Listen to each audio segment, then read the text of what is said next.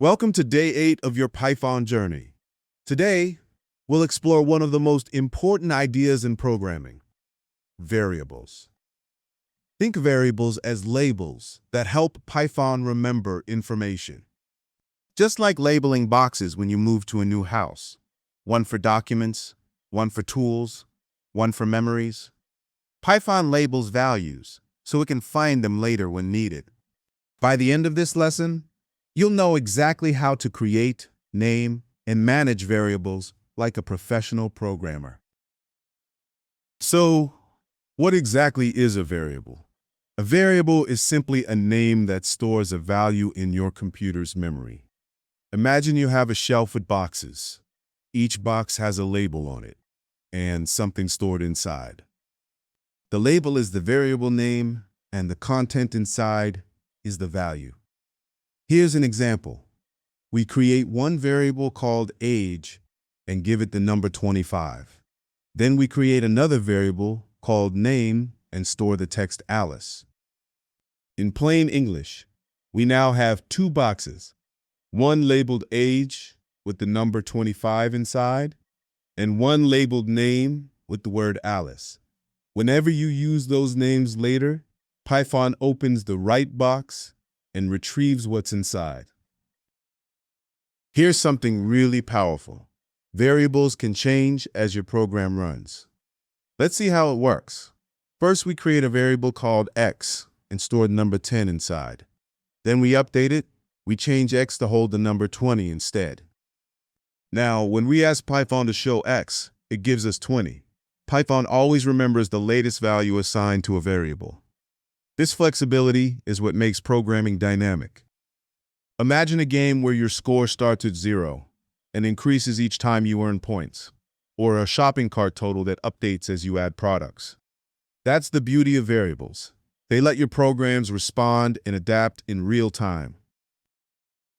Now let's talk about how to name your variables, because Python is strict about naming.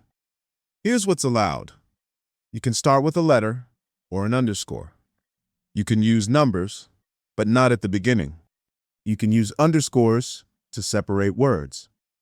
Examples of valid names include user underscore name, user E.Sc, score2, or underscore private. Now here's what you cannot do. Don't use spaces or hyphens. Python will get confused. Don't start with numbers. And don't use special symbols like the @ sign. Also, remember that Python is case sensitive. That means name, and name are completely different variables. So, keep your capitalization consistent throughout your project. Python also gives us a smart shortcut. We can assign values to several variables in a single line. For example, we can say, assign 1 to A, 2 to B, and 3 to C, all in one step. Python matches each value to its variable in order. You can also use this technique for other data types, like giving 10 to X and 20 to Y, or John to first and Smith to last. It makes your code cleaner, faster to write, and easier to read, especially when initializing multiple related values at once. Sometimes, you'll want several variables to start with the same value.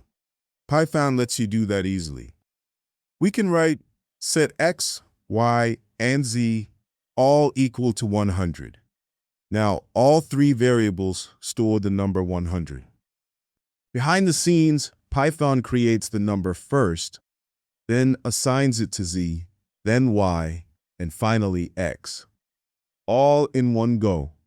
This technique is useful when you want to reset multiple items, like initializing scores for 3 players at the start of a game. And here's something important. Even though they start with the same value, they remain independent. So if you later change x, it won't affect y or z. Now that you know the rules, let's learn how to name variables like a professional developer. Use descriptive names instead of short, unclear ones like SN or TM. Use meaningful names such as student name, total marks, or account balance. Follow the snake Y convention. That means separating words with underscores. For example, user underscore age or max underscore score. Avoid styles like user age or first name. Those belong to other languages, not Python.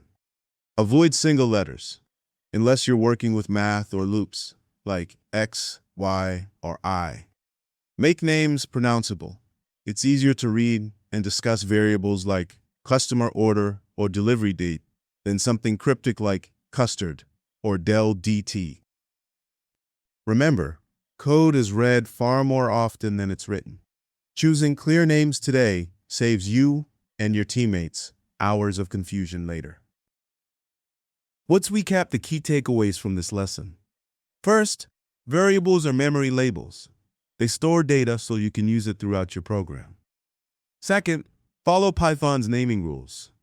Start with letters or underscores, and avoid spaces or special symbols. Be mindful that Python is case-sensitive. And third, meaningful names matter. Good variable names make your code self-explanatory and professional. Now that you understand how Python stores and labels data, you're ready to dive into Python's data types, numbers, floats, and booleans. That's coming up in Day 9, Understanding Numeric Data Types. You've built an essential foundation today. Variables are the heart of every program, and now you know how to use them like a pro. Keep up the great work, and I'll see you in the next lesson.